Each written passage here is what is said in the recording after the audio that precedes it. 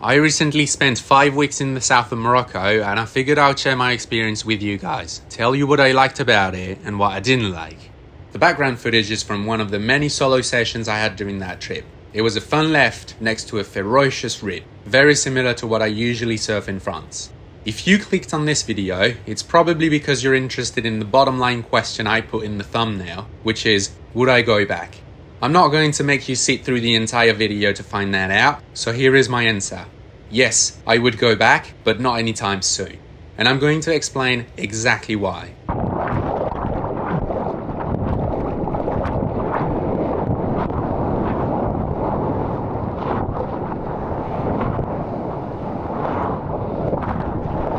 I'm going to start with what I liked. The reason why I think you should go to Morocco at least once in your life. Starting off with the variety of waves. I spent all 5 weeks in the same place and had already been to Tarazout twice before that. It's crazy how many different waves you can find in the same area.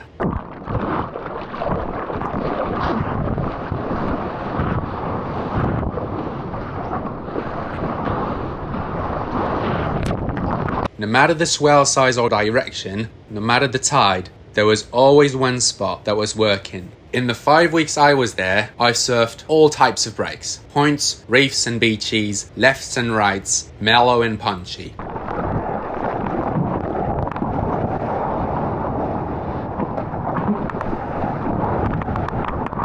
From a surf progression standpoint, my opinion is that surfing many different waves is better than surfing one perfect wave, and it's also a lot less boring. So I would say Morocco is a great place to progress as an intermediate surfer or even an advanced one.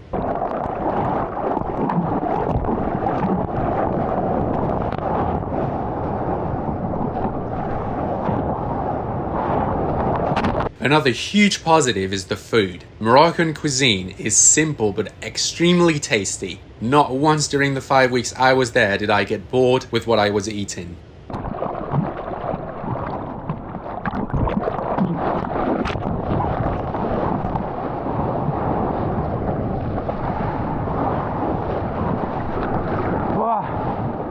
What I personally liked about the food there is that it was very different from what we eat in Europe. The flavors were nothing like what my palate is used to, and it was a very pleasant experience.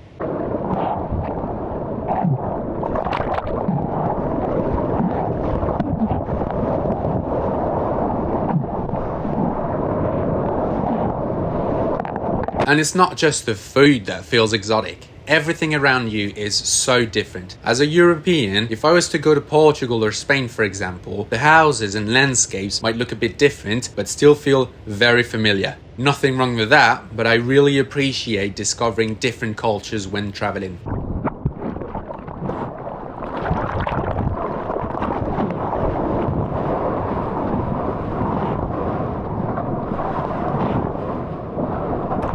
And with only a 2 to 3 hour flight from Europe, what you will experience landing in Morocco is a drastic change in scenery. The airport alone is very unique. You will probably be driving through the desert to get to your accommodation and might come across a couple camels on the side of the road. It's a different continent and you're constantly reminded of it.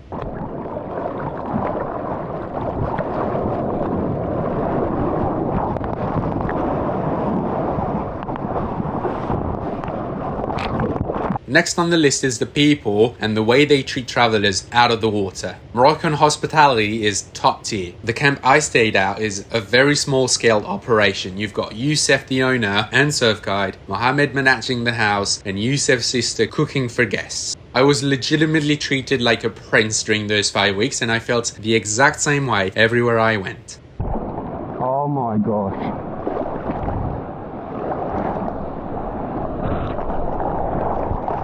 Maybe it's because I was in a smaller village, but everyone I met was friendly to me and made me feel very welcomed.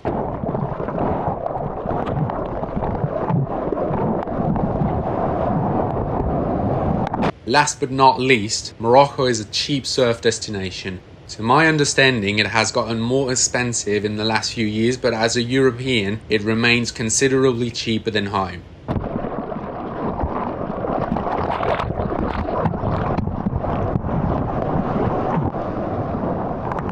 Accommodation is cheap, food is cheap, rent-a-cars are dirt cheap. That's honestly one of the main reasons why I went there in the first place, and definitely why I stayed there for a whole month.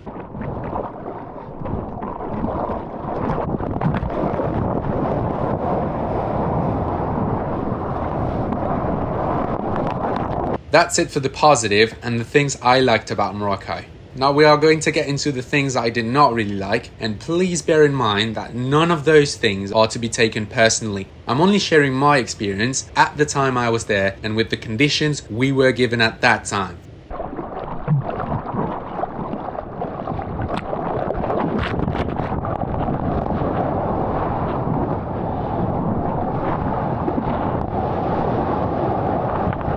We started this video with wave variety, and that's an undeniable strength of the Moroccan coastline. However, I was personally let down by the quality and consistency of the waves.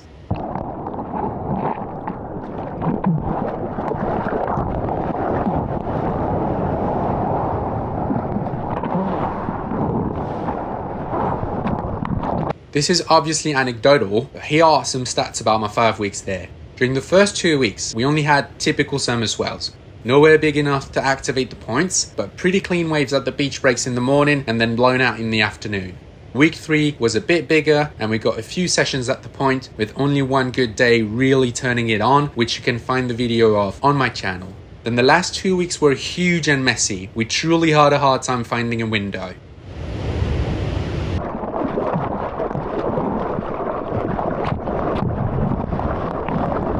I surfed twice on week 4, with one session being the clean heavy day you saw in my last video, and then once on week 5. So over a 5-week period, I only surfed a good point break on 2 occasions, one pretty fun sized and one heavy day. Both those sessions are on my channel, and I would be lying to you if I told you I did not expect to surf perfect point breaks a lot more than I did. I think a lot of surfers fly to Morocco specifically for that, and I surely am one of them, especially coming from a beach break only region.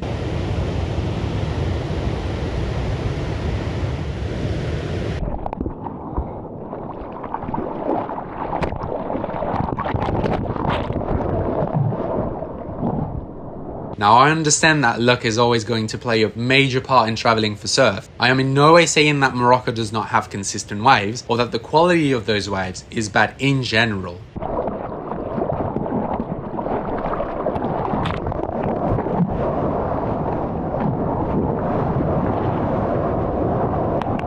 What I'm saying is that during the particular time frame I was there, consistency and quality weren't the best. And I was there for quite a long time, which usually mitigates that risk.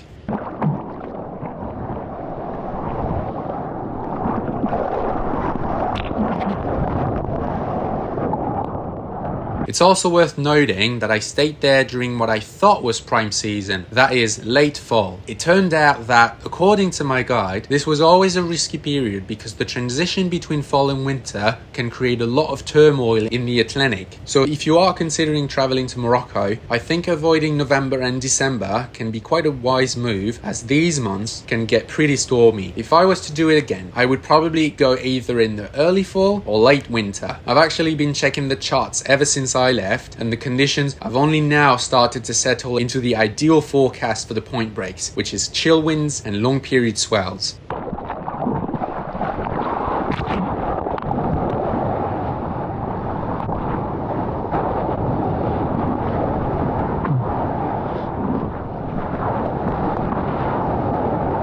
The second thing I did not really like was the vibe in the water. I know that's a touchy subject, so I am going to try and address it in the most respectful manner. One thing that needs to be said is that locals are always going to be territorial wherever you go.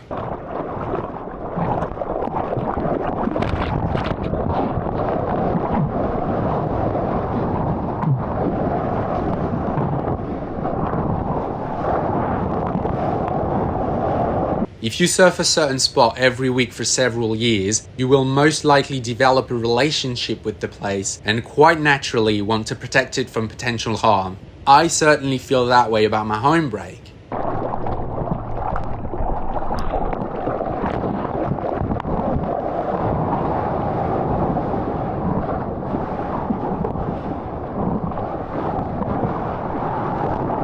And I do believe locals have an important role in the water. That role being to make sure everyone respects the rules, including themselves. If someone is being disrespectful, I believe locals are most legitimate to do something about it.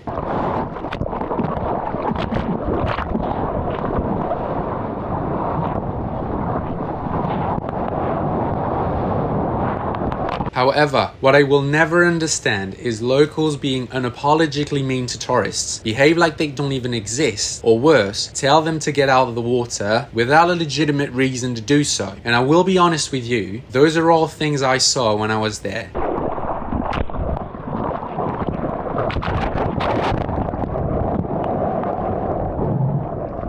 Morocco seemed to have a very specific set of rules in place. I can only speak for the area I was in, but here is how it worked. Surf schools and surf guiding get absolute priority. Essentially, anyone with a ration gets waves, regardless of whether it is their turn or if a free surfer is already on the wave.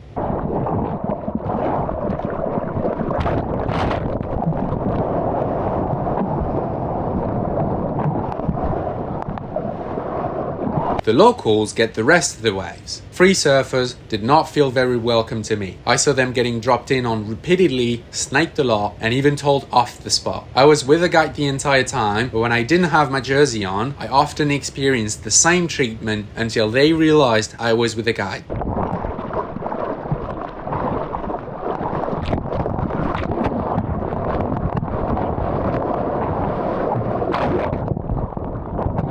I am not going to give my opinion on that system because that's how they want to do things, and I am in no position to judge how locals want to rule their home break. However, what I will say is that if you want to make sure you have a good time out there, I think the best way to do that is to hire a surf guide or take a surf lesson depending on your skill level.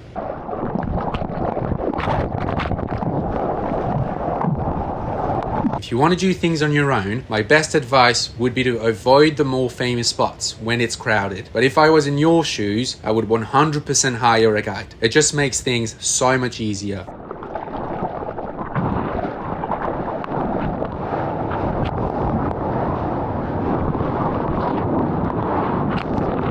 Now this, along with the wave quality, are the main reasons why I won't be going back anytime soon. Once again, everything I said in this video is very anecdotal and only really applies to the 5 weeks I was there. The bottom line is that I am really happy with my trip and I have no regrets. The camp I was in was all I could have hoped for and the guiding was exceptional. It is very possible that I just got unlucky with the swell and I would need to give it a second chance to either confirm or refute my first impressions. If you've ever been to Morocco, I would be really curious to hear about your experience. I think the more people share their story in the comments, the more valuable this video will become for anyone interested in going there. Thank you so much for watching, and I'll see you guys in the next one, this time at home.